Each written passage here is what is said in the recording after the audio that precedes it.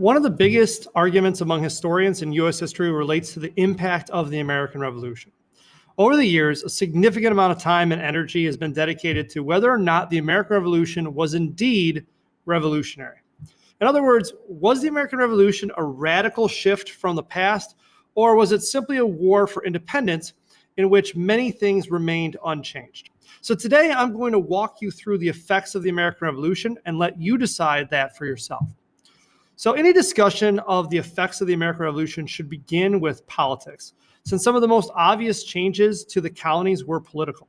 First, the American Revolution legally created the United States as we know it. The Treaty of Paris, which was signed in 1783, established a new sovereign state, the United States of America, which stretched from the Atlantic coast to the Mississippi River. This was a significant change in the lives of the former colonists, who were now free to establish their own form of government. In 1776, the Continental Congress called on the states to create their own constitutions. Now, traditionally, constitutions had not been a written document like we think of them today, but rather a collection of laws, customs, or precedents that guided the government in the ways in which they behaved. The American colonists produced something new, something that would shape all of U.S. politics going forward. States began to produce written constitutions that defined the powers of the government and actually placed limitations on what the government could and could not do. Many of these written state constitutions also included a Bill of Rights, the election of legislators, limitations on the powers of the executive branch, and so on. These state constitutions would become very influential in the creation of a national government by establishing the principle of republicanism within the emerging United States, as well as the importance of having a set of written rules on which all government would be based. The first national government created in the United States was under the Articles of Confederation. The Articles of Confederation were adopted by the Second Continental Congress in 1777 and established a confederation of the states, which is a loose friendship between the states where very little power was granted to the central government. The government under the Articles of Confederation was kept intentionally weak in order to prevent the new central government from becoming tyrannical, like the British government that had come before it. As a result, the government under the Articles of Confederation had no executive branch, no federal judiciary, no standing army, no navy, no power to tax, no power to regulate commerce, and even no ability to end conflicts among states. Eventually, these weaknesses in the Articles of Confederation would necessitate the creation of the U.S. Constitution in 1787, which we will talk about in a later video. Now, both of these governments were democratic governments with elected officials, making the United States the first enduring Republican government for a large nation ever created. This in itself is significant, but we have to note that there were restrictions on the form of democracy being created by our founding fathers. First of all, only white men of property or who owned property were allowed to vote. Women and African Americans were barred from participating in the new system, and Native Americans were left out of the new nation entirely. In fact, Native American tribes were viewed by the new United States government as foreign entities that existed on American soil. And the new government would spend the years following the American Revolution fighting a series of wars for control of Western lands from Native American tribes. The last political change that I want to discuss that came out of the American Revolution is the idea of separation of church and state. The Anglican Church, because of its association with Great Britain, was almost completely eliminated by the American Revolution. And over time, the states ended the practice of established churches supported by tax dollars. Thomas Jefferson helped create the Virginia Statute for Religious Freedom, which passed in 1786 and prohibited state support for religious institutions while also recognizing the people's right to worship freely. The Virginia Statute for Religious Freedom would become a model for the religious freedom professed later in the First Amendment of the Bill of Rights. So those were some of the political effects of the American Revolution. There were social changes brought about by the American Revolution as well. Not all Americans consider themselves to be patriots, and following the signing of the Declaration of Independence, loyalists within the colonies began to face increased persecution. Viewed as traitors by American patriots, those who remained loyal to King George III suddenly found themselves being harassed or threatened with violence or imprisonment. As a result, between 60,000 and 80,000 loyalists fled the colonies for British-controlled Canada. The estates of these loyalists were often confiscated and sold to revolutionaries. This process did not produce major social upheaval, though, because the patriots who bought the loyalist estates were often wealthy themselves. And so, in essence, the old British elite were simply replaced with the new wealthy American elite. However, the removal of these loyalists did have two major effects on American society moving forward. First of all, an aristocracy never truly took hold in the United States. In other words, there were no Americans of nobility or title, no dukes, no lords, etc., in the United States after the American Revolution. Secondly, though there was not widespread property redistribution, small farmers and entrepreneurs felt that the new government was more likely to look out for their interests. And the newly acquired lands that were out west from the Treaty of Paris promised greater chances for social mobility in the future. As a result, small farmers and people of the middling classes became more involved in politics. Before the Revolutionary War, wealthy men dominated colonial assemblies. Afterwards, the proportion of yeoman farmers and small entrepreneurs dramatically increased, especially in northern states. So the ideals of the American Revolution also greatly affected the lives of women. Traditionally, men had controlled all public institutions, and under British common law, women could not own property, enter into contracts, or initiate lawsuits. Women had played an important role in the American Revolution, serving as nurses, cooks, running family farms, and even posing as soldiers on a number of occasions. And now they wanted greater rights. Abigail Adams, the wife of John Adams, argued that independence should apply to both men and women. In a letter to her husband in 1776, she wrote, "Remember the ladies, and be more generous and favorable to them than your ancestors. Remember, all men would be tyrants if they could. If particular attention is not paid to the ladies, we are determined to foment a rebellion and will not hold ourselves bound to any laws in which we have no voice or representation." So unfortunately, in the new government John Adams helped create, women did not enjoy full citizenship. Only New Jersey granted unmarried and widowed female property owners the right to vote, and that right was revoked by 1807. Still, women did make gains after the American Revolution. In the aftermath of the American Revolution, the idea of Republican motherhood emerged. Now, Republican motherhood was the belief that women had the responsibility of protecting morality and nurturing civic virtue in their husbands and children. The concept of Republican motherhood made women moral leaders within American society and opened the door to greater access to education for women so that they might instruct their children. Education for women did increase in America following the Revolution. For example, in the 1790s, Massachusetts declared that women had an equal right to schooling. Literacy rates would continue to climb for women in the early 1800s, leading to new calls for equality and eventually a feminist movement by 1848. Perhaps one of the greatest failures of the American Revolution was its inability to live up to its own ideals when it came to the issue of slavery. During the Revolutionary War, over 5,000 African Americans took up arms to fight for the cause of independence. They did so believing in the idea that all men are created equal and the hope that a new government would offer them greater freedom. Indeed, there was a movement to end the institution of slavery at the outset of the American Revolutionary War. For example, a group of Philadelphia Quakers founded the world's first anti-slavery society in 1775, known as the Society for the Relief of Free Negroes Unlawfully Held in Bondage. Additionally, many states began to pass manumission laws, which allowed slave owners to free their slaves. Virginia's legislature passed the Manumission Act in 1782, and the New York Manumission Society was established in 1785, whose members included John Jay and Alexander Hamilton. The most significant steps to ending slavery were taken in the North, with slavery being abolished in all of the New England region following the American Revolutionary War, and states like New York, Pennsylvania, and New Jersey allowing for the gradual emancipation of slaves, a process which took some states like New York until 1830 to actually complete. There was progress made in ending slavery at the national level as well. Under the Articles of Confederation, for example, there were attempts to limit the spread of slavery. One of the most significant accomplishments of the Articles of Confederation was the passage of the Northwest Ordinance, which organized Western lands for future settlement and statehood.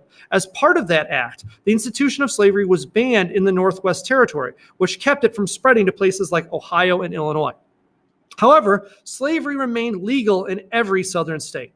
And throughout America, free blacks and slaves faced intense discrimination.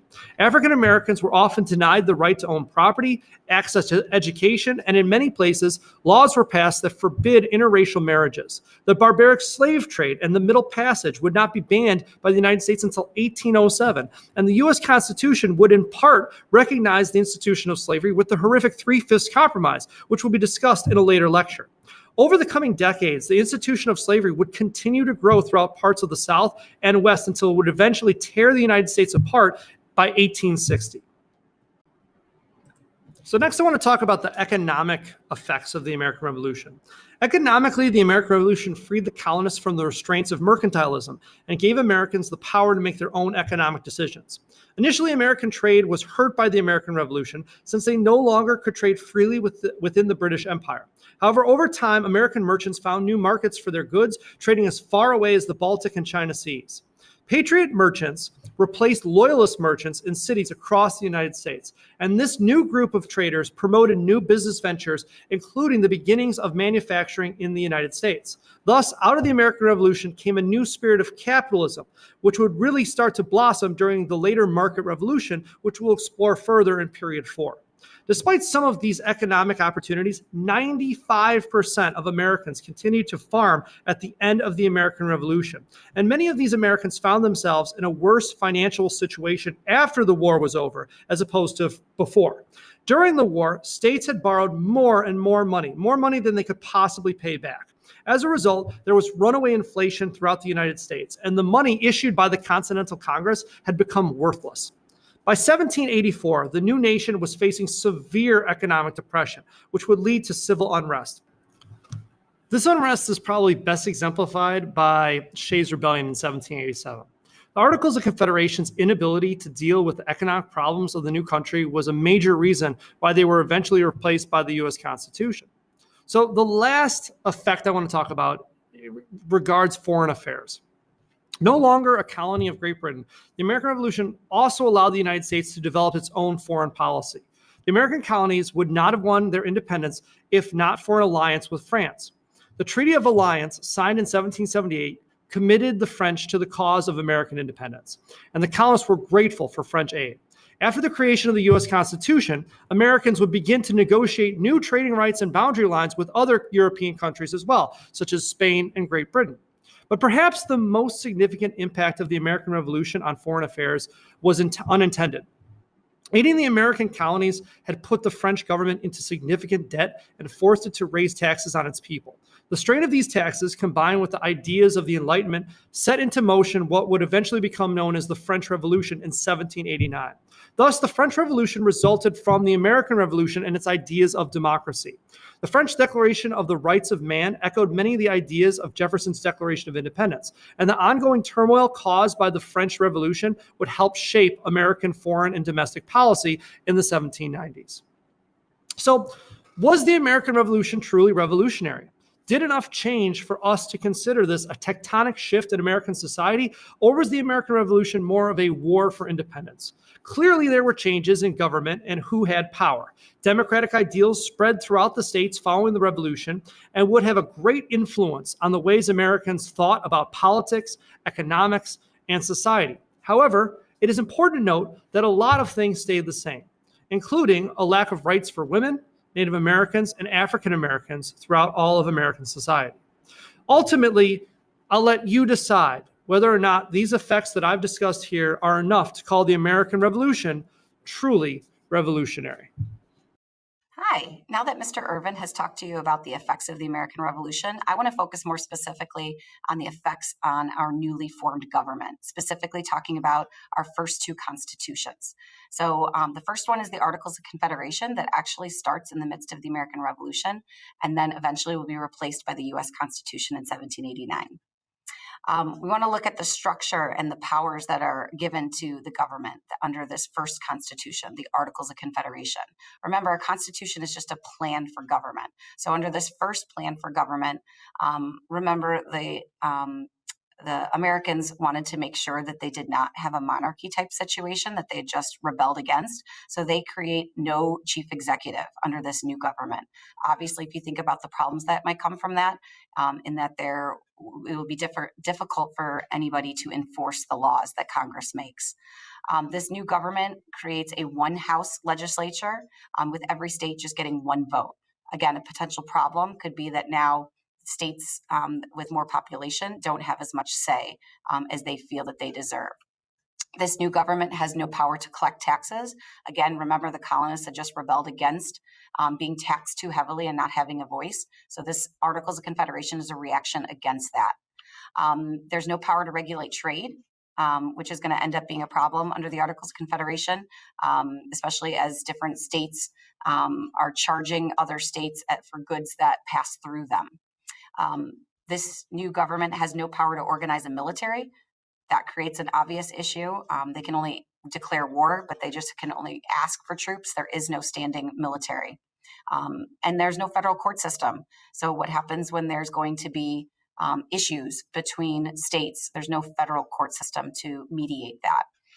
And lastly, you needed 9 out of 13 states to pass any laws.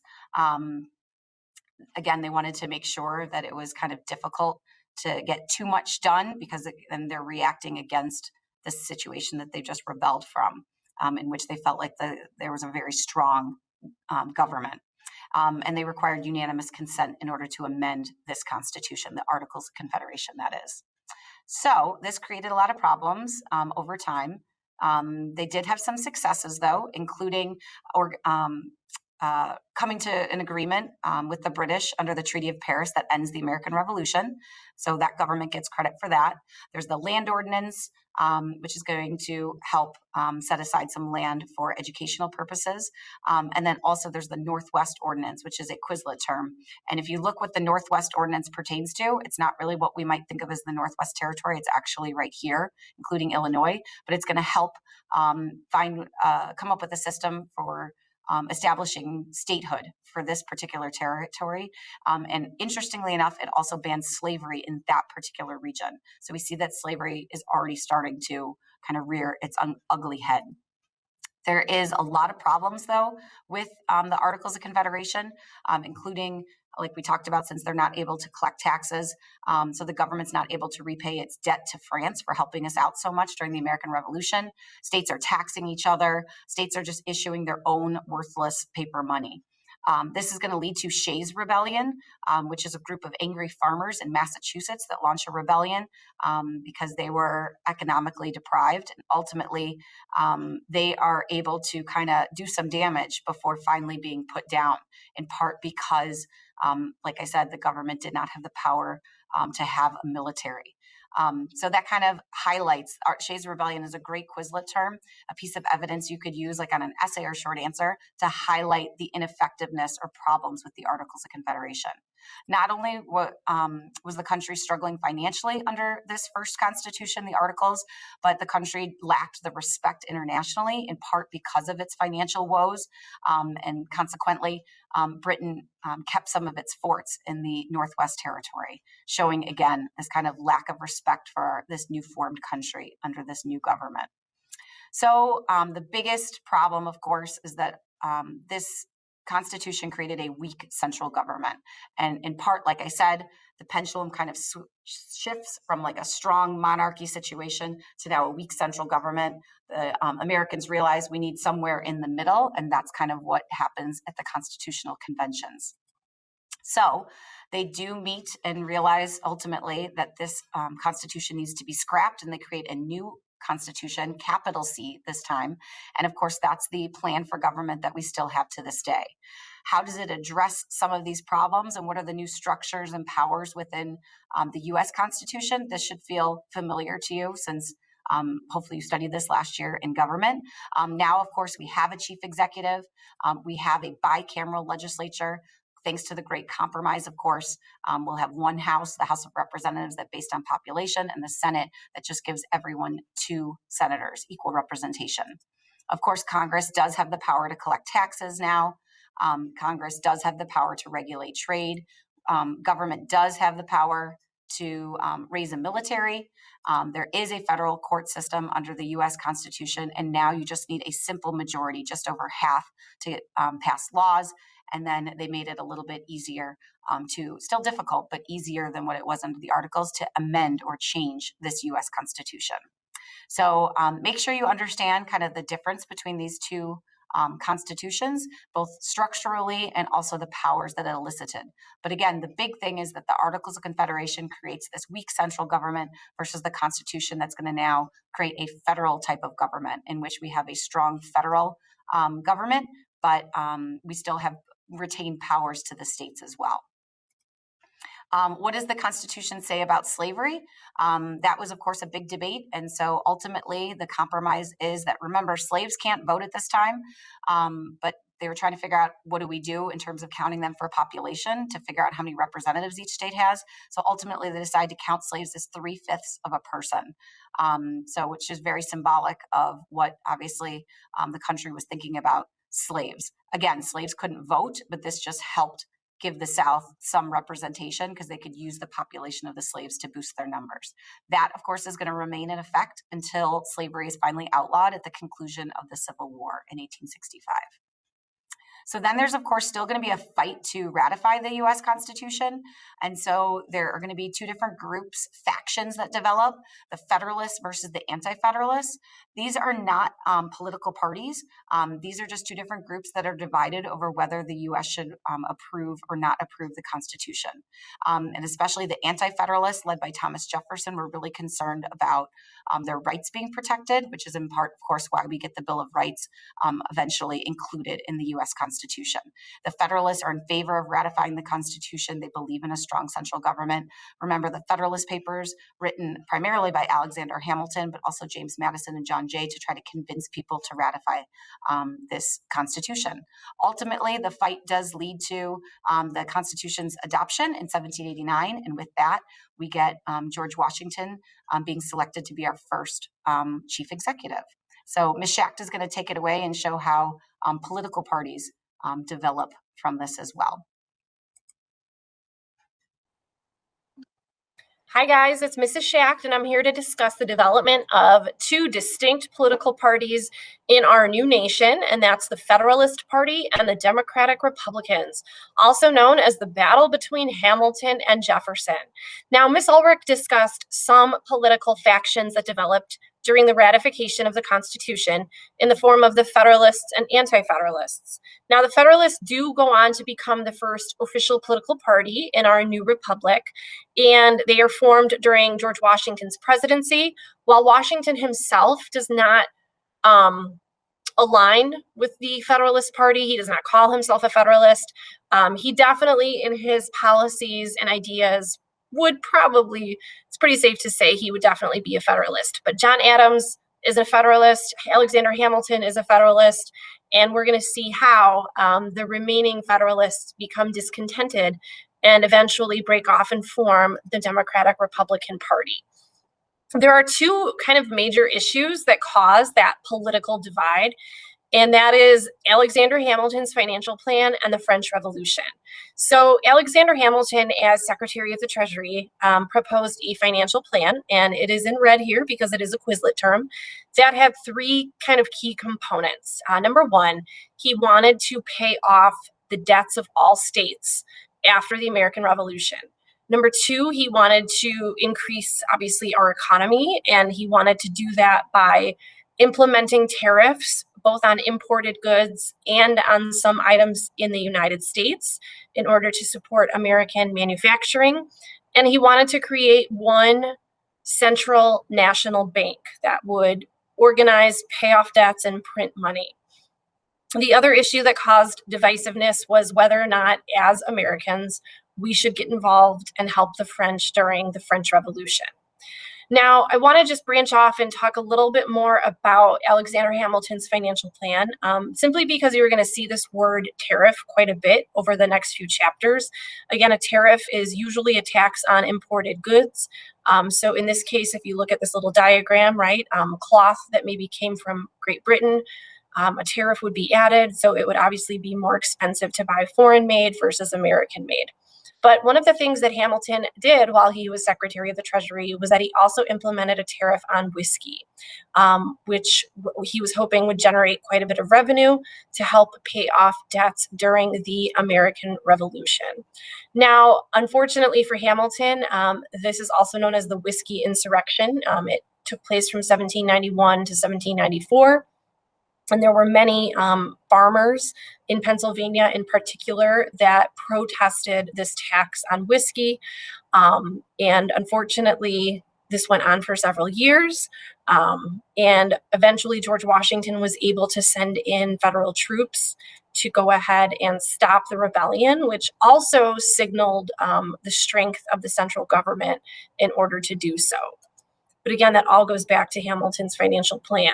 Now, many of you know that I'm a huge fan of the hit musical Hamilton, which is also available for streaming on Disney+. But there are two songs that actually speak to the political divide, and that is Cabinet Battle number 1 and number 2. So it's basically a rap battle about those two very issues between Hamilton and Jefferson. And what I would like to do is play a little bit of each for you. So you'll hear George Washington and then specifically Thomas Jefferson. And if you want to just kind of listen for his reasoning as to why he is against Alexander Hamilton's financial plan, go ahead and listen. You could have been anywhere in the world tonight, but you're here with us in New York City. Are you ready for a cabinet meeting, huh? The issue on the table: Secretary Hamilton's plan to assume state debt and establish a national bank. Secretary Jefferson, you have the floor, sir. Life, liberty, and the pursuit of happiness. We fought for these ideals, we shouldn't settle for less. These are wise words, enterprising men quote them. Don't act surprised, you guys, cause I wrote them. Ow, but Hamilton forgets. His plan would have the government assume state debts. Now place your bets as to who that benefits. The very seat of government where Hamilton sits. Not true. Oh, if the shoe fits, wear it. If New York's in debt, why should Virginia bear it? Our debts are paid, I'm afraid. Don't tax the South, cause we got it made in the shade. In Virginia. All right, there we go. All right. So you heard a little bit about, Jefferson mentioned, right, why should, Virginia bear the debts of maybe states like New York if they've already paid off theirs? Again, that goes to a sign of a small government, and he refers to Virginia being farmers and a more agrarian society, unlike the manufacturers, obviously, in New England.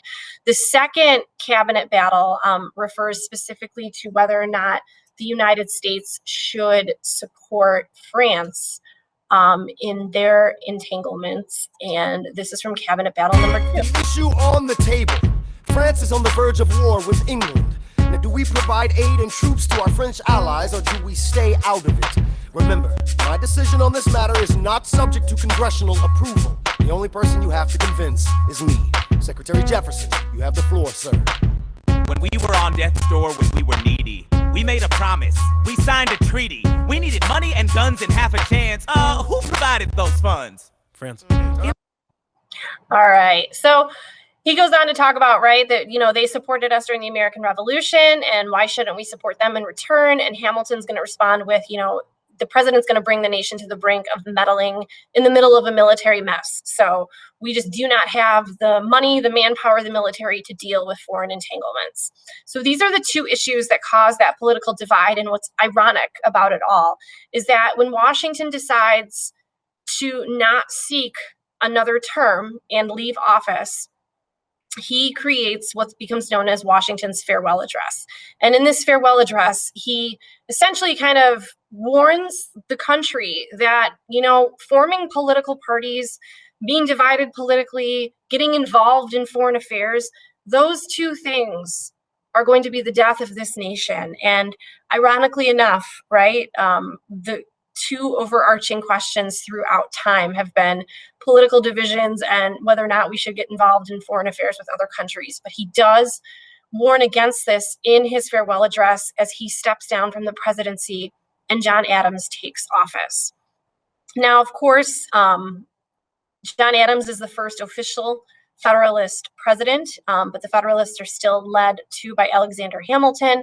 And of course, just to kind of reiterate, these are also both Quizlet terms. The Federalists believe in a strong central government. Many of them are from New England, so they do support tariffs on, imported goods to help with their own manufacturing businesses. And they are definitely supporters of a loose interpretation of the Constitution. There is nothing in the Constitution that states there should be a national bank, but Hamilton advocated for that elasticity of the Constitution, that, it's a working document. And if there is something that will benefit our country, even if it may not be explicitly stated, we can definitely create one. The Democratic Republicans will be led by Thomas Jefferson. He will be the first Democratic Republican president in 1800. And you'll see the first peaceful transition of power from the Federalists to the Democratic Republicans. Many of them believe in stronger state governments versus a powerful central government. They are all mostly from the South, so they support anything regarding agriculture. They are definitely strict interpreters of the Constitution, and as a result, oppose the national bank and tariffs. And when it comes to foreign affairs, as you will hear more of, they're usually pro-French. So knowing these things, I just wanted to share this with you guys and show you how, despite Washington's warnings, we do create political factions. You can see how just over the next 50 plus years, those two parties will evolve and change quite a bit. And if this chart were to keep going, we could trace it all the way to the political divisions that we have today. So guys, check out some Hamilton. Hope this helped, and have a fantastic day. Welcome back, A-Pushers. This is Mr. Crayson coming at you with foreign policy in this fledgling brand new American nation. So we're coming off of this major war with Britain for independence, and we are worn thin. So we are not going to be looking for more trouble for quite some time. And for that reason, neutrality will be the pattern. As the first president, Washington gets to pick his first cabinet of all time, so your advisors. And as Secretary of Treasury, you got Alexander Hamilton, who is very much aligned ideologically with Washington. And you have Thomas Jefferson, who's going to be Secretary of State. There are other cabinet positions, but those two guys are the ones I'm going to mention right now because they will face off against each other continually, creating a division that will be the first two parties here in the United States. So the Federalists of Hamilton and the Democratic Republicans of Thomas Jefferson. One of the main issues they'll disagree upon is regarding, you guessed it, foreign policy.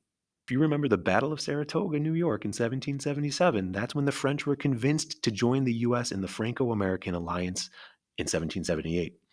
Since France's direct involvement helped turn the tide of the war, there was a sentiment that the young American nation owed it to France to assist in its French Revolution in 1789. And in the musical Hamilton, we see Federalists and Democratic Republicans facing off over this issue, specifically the song Cabinet Battle Number 2. We hear Hamilton dissing Jefferson in the following line, where he dismisses the Franco-American alliance, saying, "If you think the president is going to bring the nation to the brink of meddling in the middle of a military mess, a game of chess where France is queen and kingless, we've seen a treaty with a king whose head is now in a basket. Would you like to take it out and ask it? Oh, we honor our treaty, King Louis's head? Do whatever you want. I'm super dead." There is, we did have a Franco-American alliance in 1778, but it was to the King of France, who is now dead. And so what the Washington administration ends up doing is Hamilton helps pen the Proclamation of Neutrality, which this neutrality proclamation will say, we are not getting involved in other nations' battles in Europe. We are staying neutral. At this time, Thomas Jefferson is going to actually resign as Secretary of State. He's not happy with the direction Federalists are guiding the government. A spicy situation also in 1793 is the Citizen Guinée Affair. So you have this diplomat from France, Edmond Guinée, and he is really upset with the Proclamation of Neutrality. He sees diplomacy is not working. He goes to the streets. He starts meeting with American citizens. He's going to like taverns and giving speeches in these taverns, beckoning them to join the French war effort. He's going to American privateers and trying to sway them to get involved in the conflict. So this is not okay. This is really inappropriate behavior for a diplomat from another country. And even Jefferson, who is really partial to France, is upset by this, thinks it's overstepping. He thinks Guinée should be removed from his position as a diplomat, and he is.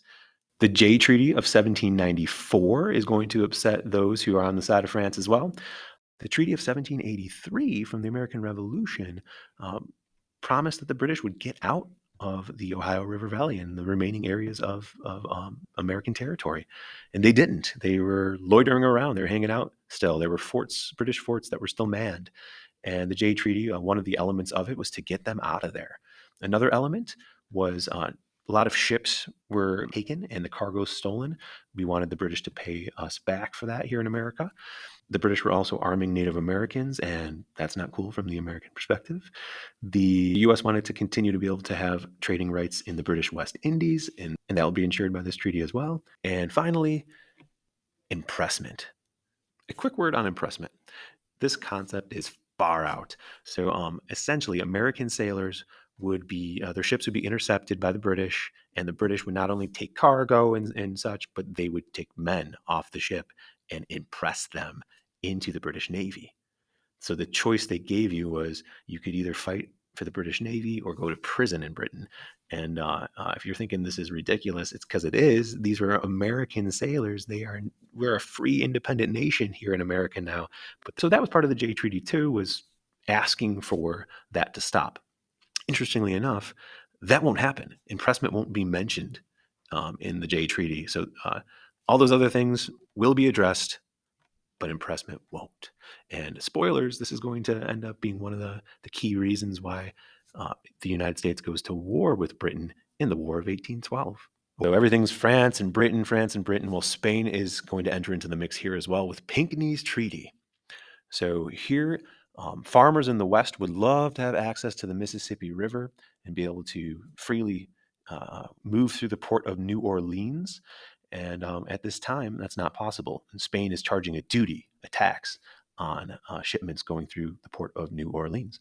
So the Pinckney Treaty, one of the aims was try to get the right to free passage through New Orleans, and Spain will say yes to that in this Pinckney Treaty. Charles Pinckney will also add in that we should establish a clear border between Spanish Florida and the rest of the American states at this point. And so they will, and they'll make that the 31st North parallel, or the line of latitude 31 degrees north. 1796 comes, and we have another presidential election. George Washington's not going to run a third time. Whoa.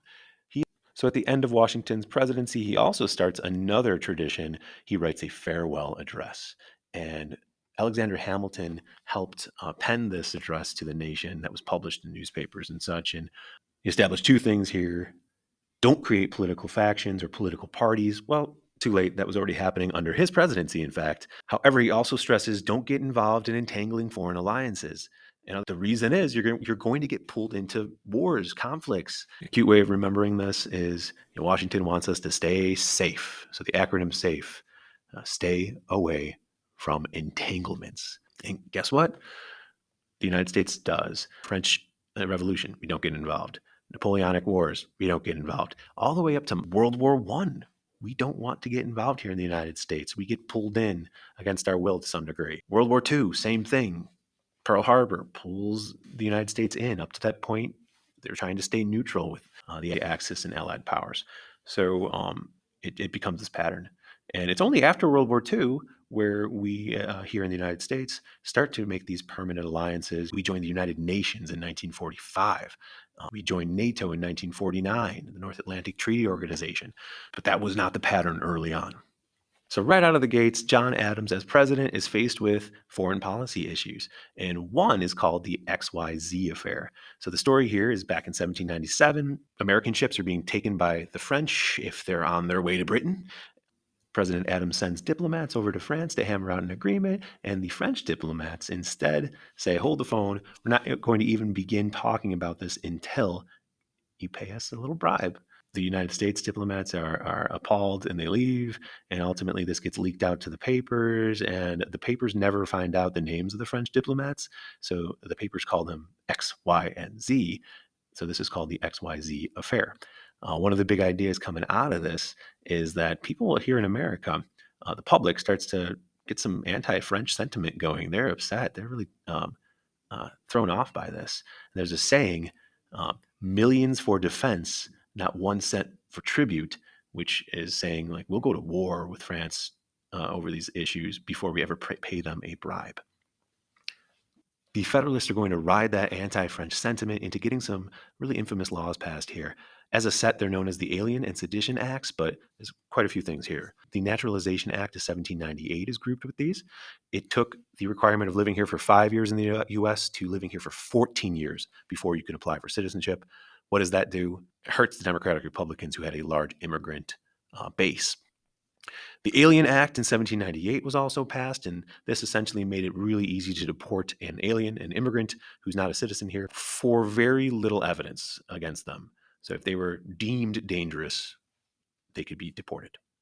And the Sedition Act, same year, this violated the First Amendment very clearly. It said you couldn't speak out against the president or Congress. The Democratic Republicans are seething. Thomas Jefferson and James Madison lead this charge against these laws. And Jefferson will write a resolution stating that the Constitution has been violated. Compact theory of government, where states are agreeing to be part of this nation, has been violated. So the Kentucky resolution that Jefferson wrote says Kentucky hereby nullifies these laws. They're not going to follow them. There was no judicial review yet, so the courts would have caught this, said it was against the First Amendment and gotten rid of it, said it was unconstitutional, but the courts don't yet have judicial review power. That's not until 1803 with Marbury versus Madison. Meanwhile, Jefferson's buddy, James Madison, writes a resolution for Virginia, and it says the same. So this starts a precedent of nullification that's going to come back down the road, guys. It's going to come back in 1832 when there's a tariff that South Carolina doesn't like, and they're going to say they're nullifying this tariff. It's going to come back in 1861 when President Lincoln is taking office, and South Carolina once again is going to say this is not okay. We're not good with this. So nullification precedent is a pretty big deal. Last but not least, what of the Native Americans? So at this time, Native Americans, even though they're on American soil, are treated as a foreign group, a foreign entity. After the British lose the American Revolution, in many ways, the natives did too, because natives banded together with the British against the Americans. And so it's sort of just assumed that the natives have lost alongside Britain. In the Ohio River Valley, you're going to have the Battle of Fallen Timbers, where the Northwest Indian Confederation will face off against this young American nation. And the American forces will win. And the U.S. will buy off of them what would end up becoming Ohio, Chicago, Detroit, and the other Great Lakes region areas, the Northwest Territories. This presents a continuity over time, the pattern of conflict between Native Americans and the American armies, and you will continuously see Native Americans losing ground and being pushed west. That closes out early American foreign policy. Have a great rest of the day.